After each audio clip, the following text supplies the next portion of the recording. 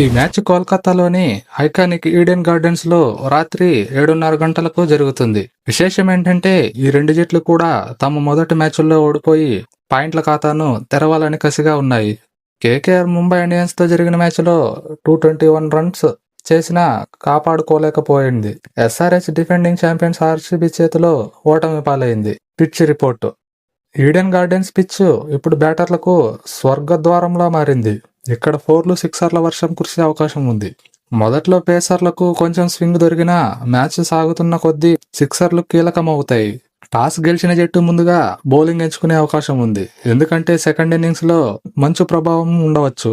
Head to head ఒకసారి చూసుకుంటే మొత్తం 30 మ్యాచ్లు తలబడగా అందులో కేకేఆర్ 19, ఎస్ఆర్హెచ్ 10, ఒకటి టైగా ముగిసింది.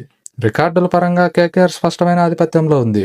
Key player battles: Heinrich Klaasen versus Varun చక్రవర్తి.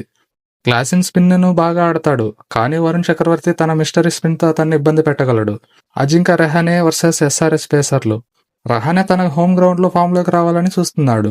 Ishan Kishan, SRH captain. మొదటి మ్యాచ్లో అద్భుతంగా ఆడిన ఇషాన్ కిషన్ ఈ మ్యాచ్లో కూడా ఎస్ఆర్హెచ్కి బలమైన పునాది వేయాల్సి ఉంది. టీం బలగాలు: కేకేఆర్ సునీల్ నారాయణ్ మరియు వరుణ్ చక్రవర్తి మళ్లీ తమ స్పిన్ మ్యాజిక్ చూపించాల్సి ఉంది. రింకు సింగ్ ఫినిషింగ్ టచ్ ఈ మ్యాచ్ కీలకం. ఎస్ఆర్హెచ్ బ్యాటింగ్ బలంగా ఉన్నా బౌలింగ్ విభాగం కొంచెం బలహీనంగా కనిపిస్తుంది. ప్యాట్ కమిన్స్ నాయకత్వంలోని బౌలింగ్ యూనిట్ పుంజుకోవాలి. ఈడెన్ గార్డెన్స్ లో సిక్సర్ల వర్షం కురిపిస్తున్న రింకు సింగ్ ఈసారి మెరిపిస్తాడా? కింద కామెంట్ చేయండి. Thank you for watching. జై హింద్.